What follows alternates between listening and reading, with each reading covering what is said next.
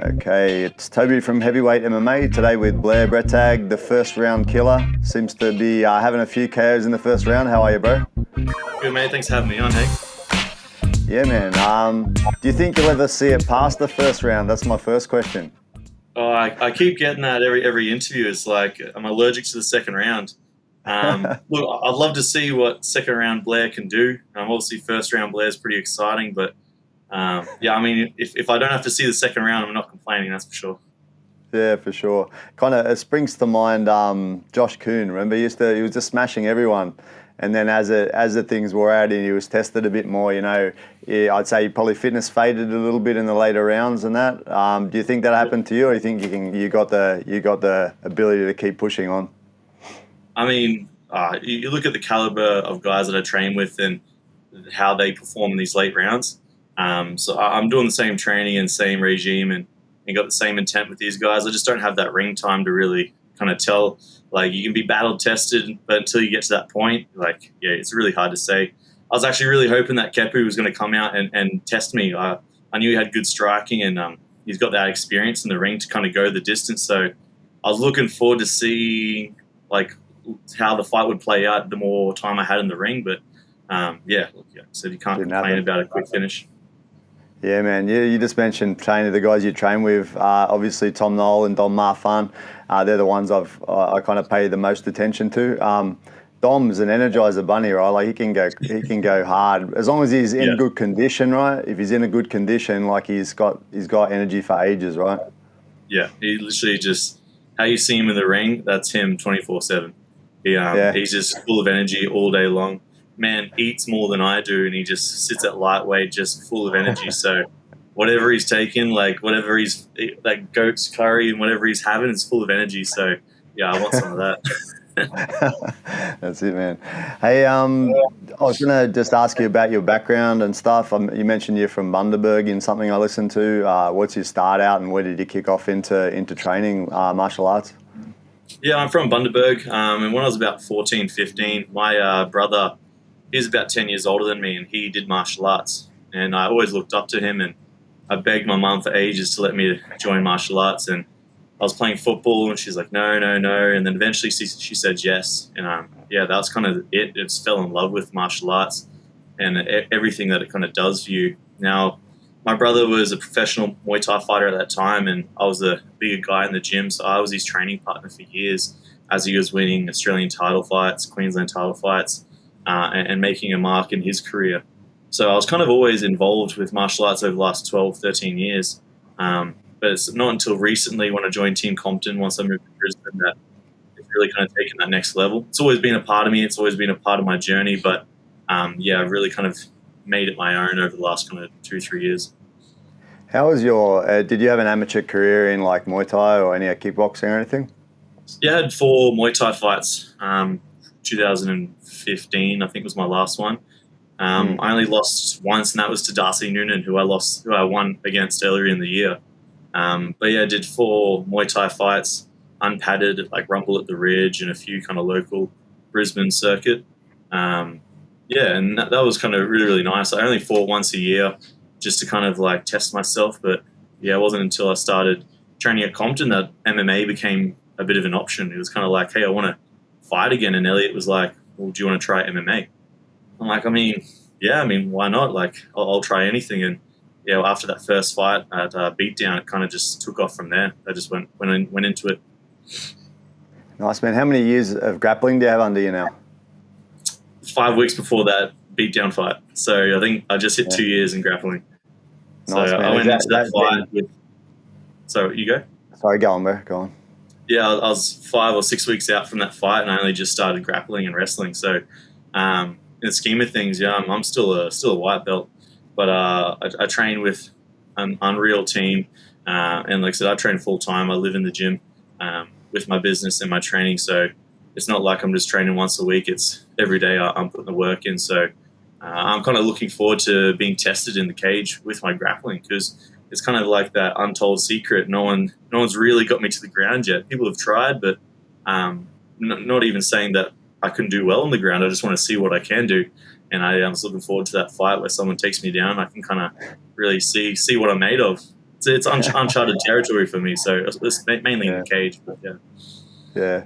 So 2 years, bro. You say 2 years. Is that 2 years of training like 6 days a week, grappling every day, or is that 2 years of like here and there? Or Yeah, 6 days a week. If we're in camp pretty much all year round because we've always got someone fighting. So normal kind of training routine for me is multiple sessions a day, 5-6 days a week, depending on what phase I'm in and what my body needs in terms of recovery. But yeah, I'm grappling at least once, twice a day, pretty much every day. So yeah, 2 years, but like you can get a lot done when you kind of put in that kind of work in. So yeah, I think I can't really say too much about my grappling until I really test it out and showcase what I can do. But yeah, it's a new element for me. Like I love martial arts. I love the learning process of striking.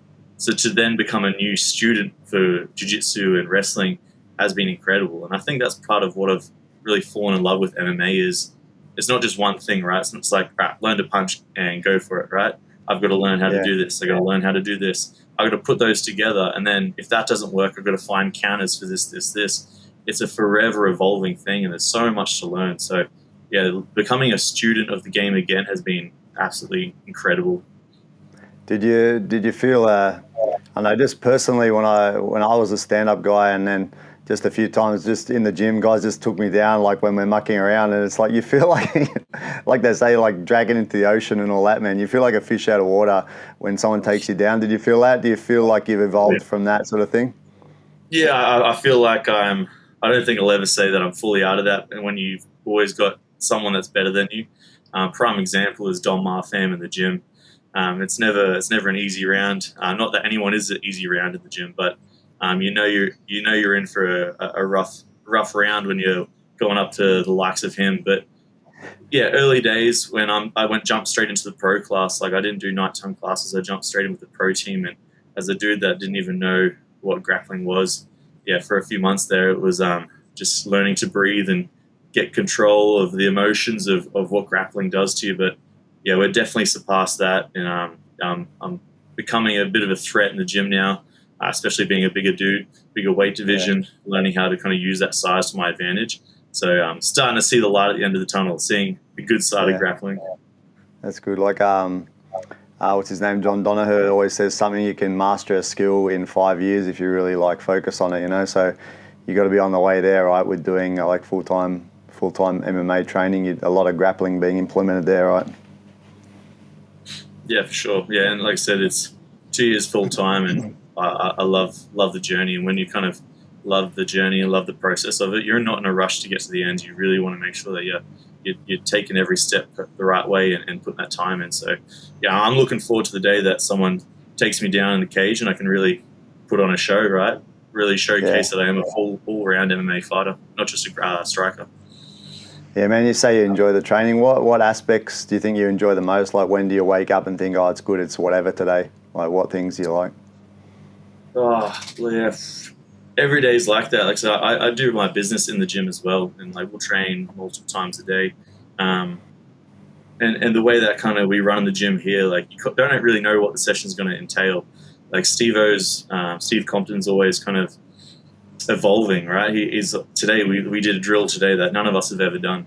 So it's kind of like shit. Like we all in the room, we've got years and years of experience, and we're still learning and then applying that in our next sparring session. So yeah, I was asked the other day, am I a fighter or am I a martial artist? And the more I kind of do these interviews and get asked these questions, I really think I am more of a martial artist. So I love this learning shit. I love going in and not knowing what's next and how I can take this and turn it into this. And I think the grappling is very much like that. It's a very analytical kind of thing. You got to, like a chess match, you know, if this happens, you can do this. And yeah, so man, I know I'm kind of rambling on about it, but I just love training. Whatever it's going to be, I just love learning. Yeah, you talk about learning, man. Have you had a chance to train anywhere else? I imagine you've probably done a stint in Thailand or something. Yeah, back in when I just graduated high school, I did 4 weeks in Thailand. I lived in Canada for a few years. So I trained at a K1 gym over there, which had some UFC fighters.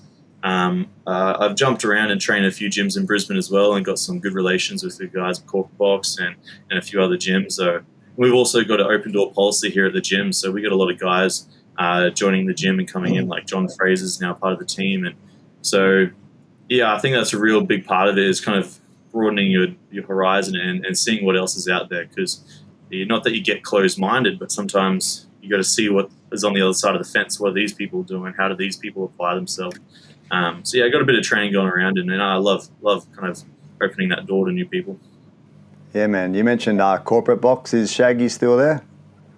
No, I work at the corporate box Valley with the Glenn, so I'll drop in every now and Okay. then. My brother trains with Glenn, so I'll drop in and do some sparring with their bigger boys sometimes Yeah. on the odd occasion. But yeah, not too much to do with them. Yeah. No, there's a few of the like Shaggy and a few of the guys from the Muay Thai scene used to come over here. Like I'm in China living and working, and they used to come to Hong Kong and fight a while back. Shaggy and a lot of the old Muay Thai guys from back in that day. You know, it was kind of cool to see them fight over here, fighting Thais and fighting Hong Kong people and whatnot. It was cool. Yeah. Yeah, there's a bit of a crew going, hey. Yeah. So what other things do you do? You know, you mentioned that you like S&C. It's kind of part of your thing. You enjoy doing strength and conditioning work. Like it's something that you kind of feel is very important in that. What other things do you do, or maybe talk about the importance of the S&C to you? Yeah, I work with Elliot Faulkner, TTC Strength, and I've worked with him from the very first kind of fight camp. When I say this very lightly, I'm one of the older guys in the gym. I'm only 27 this year, so I know that's kind of sounds funny. But compared to you got like 27, bro. no, it's a silent really. Yeah, these young guys, you got like what's his name? Ethan's 21, Dom and Tom are only 23, and I played high level sport my whole kind of youth, so my body can be kind of pretty banged up if I don't look after it. So strength and conditioning for me is huge, not just from the fitness element, but kind of injury prevention. And going into that recovery as well. Like I'm very in tune with what my body needs, and like I'll go flat out multiple sessions a day, 6-7 days a week. But when I know my body needs a rest, I'll take 2 days off. I'll happily kind of sit there and just tune out, go play golf, just rest. Because a lot of athletes just go until they break, and then they rest, and then by then it's too late, right? And I think that's a very old school mindset, is just go till you drop, which in theory is good for your mental strength because you can push through anything. But if your body can't take you there, there's no point doing it. So strength and conditioning for me is huge, and I always advocate it for up and coming athletes. But recovery as well. Get a recovery plan, do ice baths, saunas, just go for a walk in the park, meditate. All that shit adds up. And if you're not doing it, like your body really, really pays a price. Yeah, it really makes sense, doesn't it? Like especially just the rest part. Like you just like I think I can't remember who I heard talking about it. Was it Firas Sahabi or someone or Donaher or someone saying you've got to be able to get to your next session and perform at a good level. If you get there depleted already and you're only performing at like 80% or 50% or whatever, it's like kind of it doesn't help you towards your goals, right? So yeah, you got to really pay attention to that. Yeah. A great quote my strength coach says, whenever we're doing strength conditioning, right, and a lot of people will overdo their strength and conditioning, it's not what you can do, it's what you can recover from. Strength conditioning is to help your skill session. So if I go do 180 kilo deadlifts to the point that I can't walk tomorrow and I can't do my grappling session, well, what's the point, right? Yeah, I'm going to be strong in 7 days' time, but I've lost my skill acquisition. So finding that happy medium is what can you recover from? Because I went crazy today, but then I missed 2 sessions tomorrow. So was that session really worth it?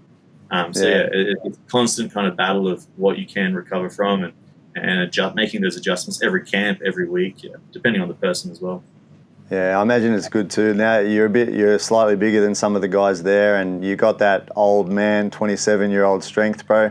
I'm sure that's your strength in the grappling. You might, if you get in a good position, you'd be able to like squeeze Dom's head off or something like that, right? Oh, I wish that dude is strong, man. He's I fight almost 20 kilos heavier than him. The dude, he's a strong boy. So I'll use that old man strength where I can. Yeah, bro. Hey, benefits of martial arts for people. Give me your idea on that. Like, obviously, you talk about martial arts a lot. What do you think of it as a good thing for people to do? Yeah, 100%. My business was built on the idea that I wanted to give everyday people a chance to reap the benefits that martial arts gave me, right? Self-confidence, purpose, mental resilience. And I think that's why martial arts or Brazilian Jiu-Jitsu has become so mainstream, because of the mental and physical benefits that you get from it, right? Someone's sitting on top of you, squeezing the life out of you, and you're able to kind of keep your cool, your calm, and make strategic decisions with your mind.